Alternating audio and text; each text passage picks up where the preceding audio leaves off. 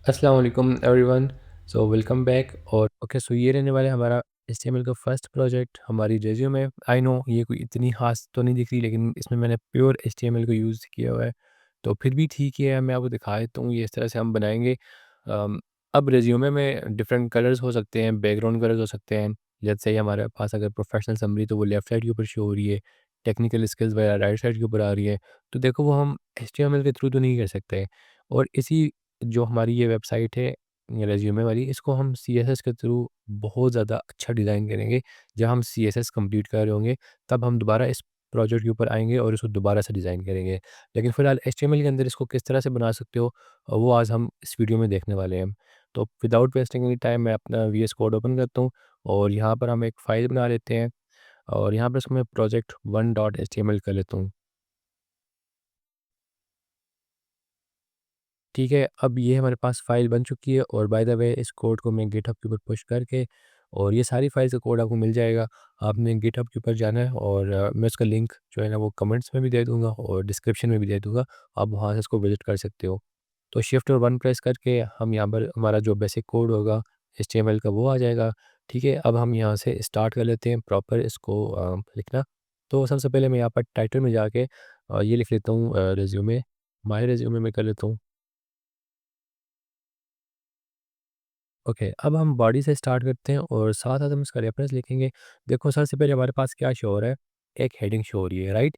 लेकिन हमने क्या करना है, ये जो ऊपर वाला पार्ट है ना, इसको कुछ सिमेंटिक टैग्स में लिखना है। अब सिमेंटिक टैग्स मैंने आपको हो सकता है एचटीएमएल के ट्यूटोरियल्स में ना बताया हो। और मैंने आपको वहाँ पर एक चीज़ ये बताई थी कि जो चीज़ें हमसे रह गई हैं, वो हम प्रोजेक्ट्स में उनको प्रैक्टिकल वे में करने की कोशिश करेंगे, राइट? सो अब ये जो टॉप वाला चीज़ होती है हमारे पास ना, टॉप पर जो टाइप की शो होती है, वो होती है हमारे पास हेडर। तो इसके लिए जो लोग डिफरेंटली एबल होते हैं, आई मीन थोड़े ब्लाइंड होते हैं, तो वो स्क्रीन रीडर से हमारी वेबसाइट को रीड करते हैं, वो देख नहीं सकते। तो जब वो स्क्रीन रीडर से हमारी वेबसाइट को विज़िट करते हैं, तो अगर हमने सिमेंटिक टैग यानी एसईओ फ्रेंडली टैग्स यूज़ किए हुए हो ना, तो वो उसको बेहतर तरीके से समझ पाते हैं। वरना अगर हम डायरेक्ट डायरेक्ट डिप लगाना स्टार्ट कर देंगे, तो जो ब्लाइंड पीपल्स हैं वो हमारी वेबसाइट को प्रॉपर्ली विजिट नहीं कर सकते। स्क्रीन रीडर उनको प्रॉपर्ली बताएगा ही नहीं कि यहाँ पर क्या क्या चीज़ें अवेलेबल है। तो उसके लिए हम यहाँ पर सबसे पहले जो बेहतरीन मतलब ये कि कोडिंग लिखने का स्टाइल है, वो मैं आपको अभी से बता देता हूँ। जिस तरह प्रोफेशनल कोडर्स लिखते हैं, तो सबसे पहले तो आपने कमेंट लिखना है यहाँ पर, ठीक है, कंट्रोल और फॉरवर्ड स्लैश से। तो कमेंट आएगा हमारे पास हेडर का। ठीक है, हम यहाँ पर हेडर लिखने वाले हैं और हेडर के बाद आपको यहाँ पर हेडर का टैग देना है। ठीक है, हेडर। और हेडर के टैग को आपने ओपन करना है। अब आपको सामने दिख रहा है कि हमारे पास सबसे पहली हेडिंग है H1, H1 लगाया हुआ है, ठीक है। और उसके बाद हमारे पास यहाँ पर कुछ पैराग्राफ टैग्स हैं, जिसके अंदर डिफरेंट चीज़ें लिख रखी हैं। फुल स्टैक वेब डेवलपर यानी डेजिग्नेशन हो गया, ईमेल हो गया, फ़ोन नंबर, गिटहब और लिंक्डइन वगैरह आ गया, राइट? सो आप यहाँ पर क्या कर सकते हो कि H1 पे लगाओ, ठीक है? और H1 में डायरेक्ट यहाँ से कोड, अपना कोड, सॉरी, टेक्स्ट कॉपी कर लेता हूँ और वो लिख लेता हूँ यहाँ पर, हमारा टाइम बच जाएगा इससे। ठीक है, और उसके बाद हम यहाँ पर कर लेते हैं पैराग्राफ टैग। और पैराग्राफ टैग को मैं ओपन करूँगा, ठीक है, क्योंकि इसके अंदर हमने डिफरेंट चीज़ें रखनी है। लाइक ये हमारे पास देखो बोल्ड टेक्स्ट के अंदर आ रहा है, फिर ईमेल आ रही है और फिर गिटहब आ रहा है। अब ये आपके ऊपर है कि आप 3 पैराग्राफ टैग लगाओ या एक ही पैराग्राफ टैग लगा के उसमें ये सारा लिख दो और इसमें ब्रेक टैग यूज़ कर लो। आई मीन इसके आगे ब्रेक, फिर इसके आगे ब्रेक और फिर इसके आगे ब्रेक। राइट, तो आप ये भी कर सकते हो और आप 3 पैराग्राफ टैग्स भी यहाँ पर लगा सकते हो। लेकिन बेहतर ये है कि आप एक ही पैराग्राफ टैग यूज़ करो और उसमें आप ब्रेक ब्रेक लगाते जाओ। राइट, तो मैं क्या करता हूँ, ये सारे का सारा कोड यहाँ से उठाता हूँ, कॉपी करता हूँ उसको और इसको मैं यहाँ पर आके कोड में रख लेता हूँ, यहाँ पर पैराग्राफ टैग में। और अब ज़ाहिर-सी बात है कि मैं आपको इसको दिखाऊँ ये किस तरह से दिख रहा है। और यहाँ पर इसको मैं गो लाइव कर लेता हूँ। ये देखो, ये हमारे पास कुछ इस तरह से दिख रहा है। अब क्योंकि आपको पता है कि अगर हम कोड में ना न्यू लाइन में लिख भी लेते हैं, तो वो न्यू लाइन में शिफ्ट नहीं हो जाता। ठीक है, तो फॉर्मेट डॉक्यूमेंट कर लेता हूँ। इट डज़न्ट मीन कि अगर उसमें न्यू न्यू लाइन में लिखा है, तो वो न्यू लाइन में शिफ्ट हो जाएगा। उसके आगे हमें ब्रेक टैग लगाना पड़ेगा, हर एक के आगे। मतलब अगर हम मुझे यहाँ से ब्रेक चाहिए, तो मैं यहाँ पर ब्रेक टैग लगाऊँगा। सो बीआर टैग मैं यहाँ पर भी लगा लेता हूँ और सिमिलरली बीआर टैग मैं यहाँ पर भी लगा लेता हूँ और बीआर टैग मैं यहाँ पर भी लगा लेता हूँ। आई थिंक यहाँ लगाने की ज़रूरत तो नहीं है, क्योंकि पैराग्राफ टैग खुद ही जो है ना वो ब्लॉक लेवल एलिमेंट्स होता है, तो नीचे वाले तो हाइलाइट नीचे ही शो होंगे। Now you can check. ठीक है? बस यहाँ पर एक चीज़ ये है कि ये हमारे पास बोल्ड लेटर्स के अंदर था, तो उसको हम क्या कर सकते हैं, स्ट्रॉन्ग टैग के अंदर ले सकते हैं। यानी सिर्फ़ और सिर्फ़ इस इन कीवर्ड्स को हम स्ट्रॉन्ग टैग में ले सकते हैं। तो आप यहाँ पर स्ट्रॉन्ग ले लो टैग, और स्ट्रॉन्ग टैग को आपने क्लोज़ कर देना है यहाँ पर बीआर से पहले। ठीक है? ताकि ये हमारा जो कोड है वो सिर्फ़ और सिर्फ़ स्ट्रॉन्ग टैग के अंदर आ जाएगा। अब चेक करते हैं। So yeah it's looking similar to this. I hope it's okay. और एक और चीज़ यहाँ पर जो गिटहब है और लिंक्डइन है, वो अक्सर इस तरह से यूज़ किया जाता है कि ताकि उसके ऊपर जब कोई क्लिक करे तो आपकी वेबसाइट के ऊपर शिफ्ट हो जाए। तो मैं क्या करता हूँ कि यहाँ पर ना अपना लिंक्डइन ओपन कर लेता हूँ। ठीक है, अब ये मेरा लिंक्डइन ओपन हो गया, मैं यहाँ से प्रोफाइल सेक्शन पे जाऊँगा, और जैसे ही मैं प्रोफाइल सेक्शन पे जाऊँगा तो ऊपर जो यूआरएल होगा उसको मैं एंकर टैग के अंदर लिख लूँगा, राइट? इसको मैं यहाँ से कॉपी करता हूँ और यहाँ पर मैं एंकर टैग यूज़ करूँगा, यहाँ पर LinkedIn paper A tag use करता हूँ, और ए टैग के एचरेफ में मैं यहाँ पर ये पास कर दूँगा। ओके? दिखाता हूँ कुछ करना है किस तरह से। अब एंकर टैग के एचरेफ में मैंने अपना लिंक पास कर दिए, और ये वाला जो एंकर टैग है इसको मैं यहाँ से कट करके यहाँ पर ले आऊँगा, राइट? और यहाँ पर अब मैं आपको दिखाता हूँ कि ये कैसा दिख रहा है।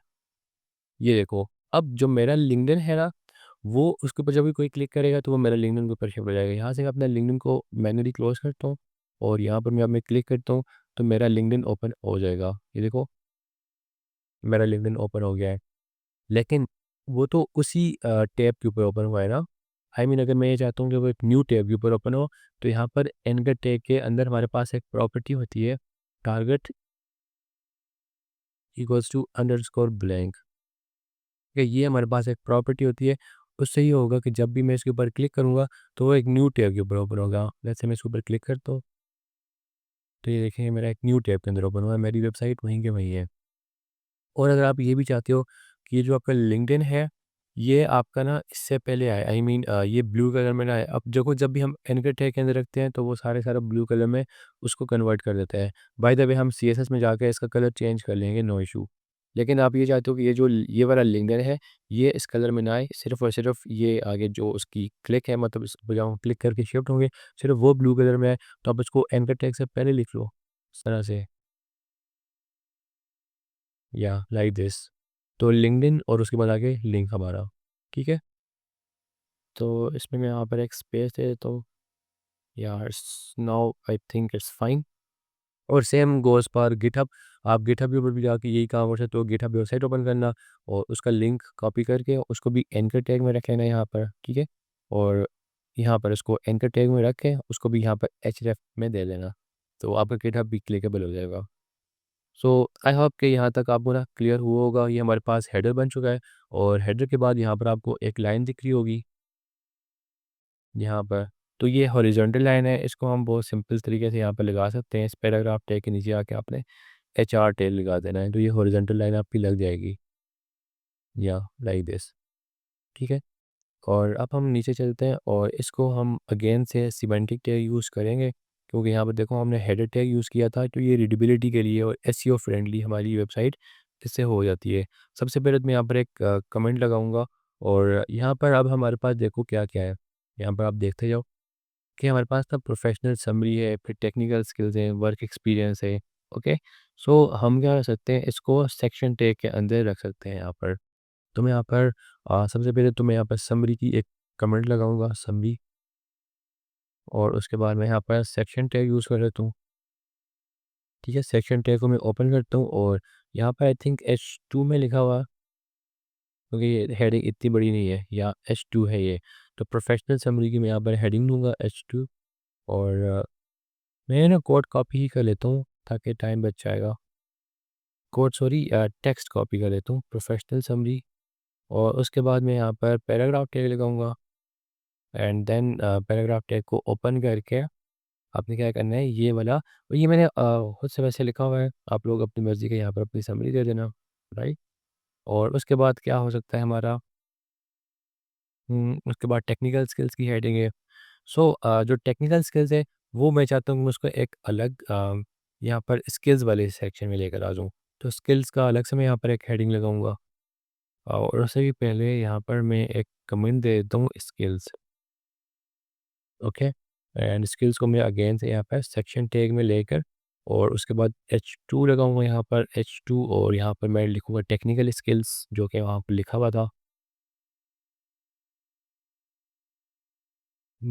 ओके, सो अब टेक्निकल स्किल्स के नीचे क्या है हमारे पास, ये कुछ अनऑर्डर लिस्ट है ना, ऐसे ही है।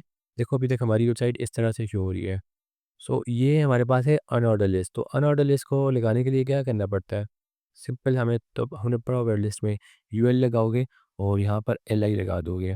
ओके, सो अब एल आई के अंदर हम वन बाय वन इसको कॉपी करते जाते हैं, ठीक है, वन बाय वन लाइन में कॉपी करेंगे और लिखते जाएंगे। ये फर्स्ट आ गया और उसके बाद हमारे पास दूसरा एल आई है। इस तरह मैं वन बाय वन सबको कॉपी करते जा रहा हूँ, बाकी आपकी जो भी स्किल्स हैं आपने यहाँ पर उसको लिख देना है। और उसके बाद एल आई तीसरा टैग हमारे पास यहाँ पर आएगा और डेटाबेस में हम ये लिख लेते हैं। ये जो असल में हम इस कोर्स में करने वाले हैं ये मैं वो चीज़ें लिखी हुई हैं। और उसके बाद फोर्थ एल आई हम लगा देंगे। यहाँ पर हम टूल्स गेट और गेटअप के बारे में और वी एस कोड को रख लेते हैं। राइट, अगर मैं आपको अभी दिखाऊँ ये हमारी वेबसाइट दिख किस तरह से रही है, तो ये कुछ इस तरह से दिखती है। लेकिन एक इशू ये है कि यहाँ पर जो फर्स्ट वर्ड है वो हेडिंग के तौर पे यूज़ हो रहा है, front end back end database. तो इसको आप सिंपली स्ट्रॉन्ग टैग के अंदर लिख लो तो वो ज़्यादा बेहतर रहेगा। तो यहाँ पर हम एक स्ट्रॉन्ग टैग लगा देते हैं स्ट्रॉन्ग, और इस स्ट्रॉन्ग टैग को हम एंड कर देंगे यहाँ पर फ्रंट एंड के बाहर। आई मीन ये सिर्फ हमारी एक हेडिंग बन जाएगी। Yes you can check now back end database और टूल्स को भी हमने एग्जैक्टली इसी तरह से कॉपी करना है। सो स्ट्रॉन्ग टैग को आप यहाँ पे लिख लोगे। सॉरी यहाँ पर नहीं आएगा, strong tag and then close strong tag after backend. अच्छा, अब मैं इसको फॉर्मेट डॉक्यूमेंट करता हूँ तो मैं आपको दिखाता हूँ ये किस तरह से शो हो रहा है। या नाउ इट्स लुकिंग गुड। ठीक है, ये हमारे पास हेडिंग्स के तौर पर आ गई हैं और बाकी आ गए उनकी स्किल्स वगैरह। सो अब उसके नीचे देखते हैं और क्या क्या है हमारे पास। यहाँ पर हमारे पास वर्क एक्सपीरियंस है, तो एक्सपीरियंस वाले सेक्शन को हम एक अलग से सेक्शन टैग में ले लेते हैं। यहाँ पर मैं आता हूँ और कमेंट लगाता हूँ एक्सपीरियंस।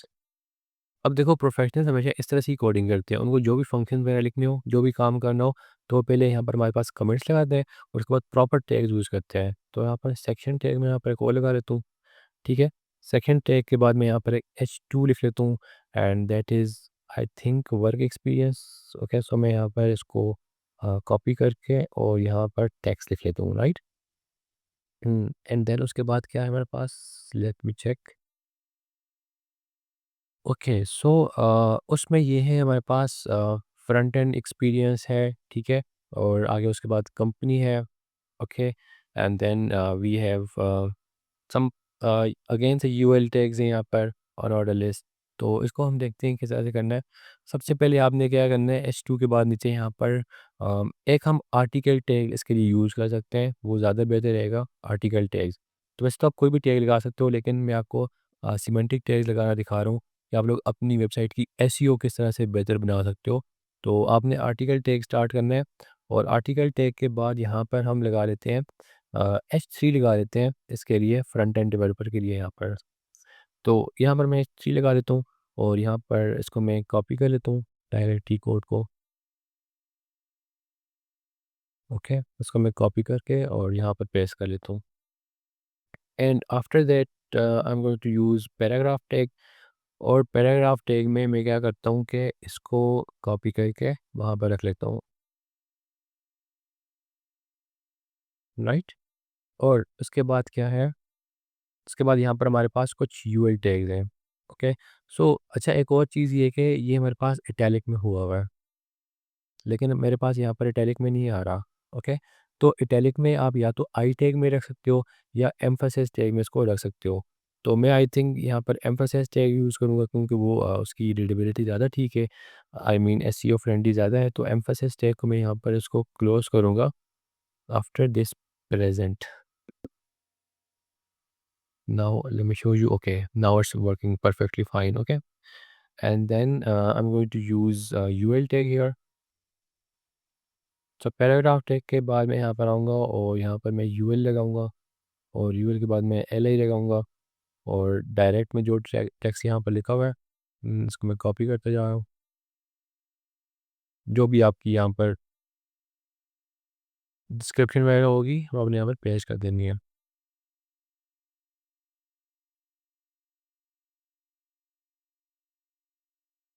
उसके बाद सेकंड एलआई है और उसके बाद थर्ड एलआई है। और उसको भी मैं यहाँ पर कॉपी करके इसको पेस्ट कर लेता हूँ। ठीक है।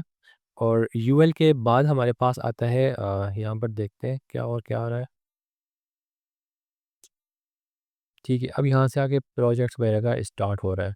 तो प्रोजेक्ट्स के लिए हम यहाँ पर क्या करेंगे, इस सेक्शन टैग के बाद यहाँ पर एक और कमेंट लगाएंगे और मैं यहाँ पर लिख लेता हूँ projects. Okay. And then projects के बाद मैं यहाँ पर दोबारा से सेक्शन टैग लगाऊंगा। सो सेक्शन टैग के बाद मैं यहाँ पर H2 में लिख लेता हूँ प्रोजेक्ट्स। और उसके बाद मैं यहाँ पर क्या कर लेता हूँ, एक आर्टिकल टैग यूज़ करके। और आर्टिकल में हमारे पास क्या क्या है वो देख लेते हैं। तो हमारे पास सबसे पहले एक H3 है।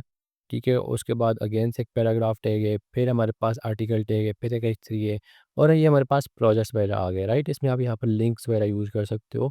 ओके, ताकि कोई भी आपकी रिक्रूटर होगा वो आपके लिंक के ऊपर क्लिक करके आपके प्रोजेक्ट को विजिट कर सके। मैंने जस्ट सिंपल सिंपल यहाँ पर पैराग्राफ टैग्स इंक्लूड किए हुए हैं। बाय द वे आप इसको ज़्यादा बेहतर कर सकते हो। तो यहाँ पर मैं H3 लगा लेता हूँ और H3 में मैं यहाँ पर यही वाली हेडिंग को कॉपी करूँगा। सो यहाँ पर मैं रख लेता हूँ और उसके बाद मैं यहाँ पर पैराग्राफ टैग लगा के और इस पूरे जो पैराग्राफ है इसको मैं कॉपी कर लेता हूँ। ठीक है, और सेम टू सेम हम क्या करते हैं कि इस आर्टिकल के बाद एक और से आर्टिकल टैग यहाँ पर डिफाइन करेंगे। मतलब जितने प्रोजेक्ट्स होंगे हमारे पास उतने ही आर्टिकल टैग यहाँ पर लगाएंगे।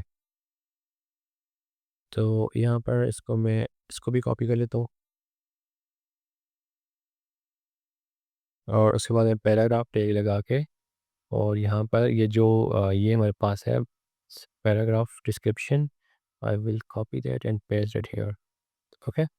एंड आई थिंक हमारे पास अभी फ़िलहाल फिर 2 ही प्रोजेक्ट्स यहाँ पर ऐड हुए हुए हैं।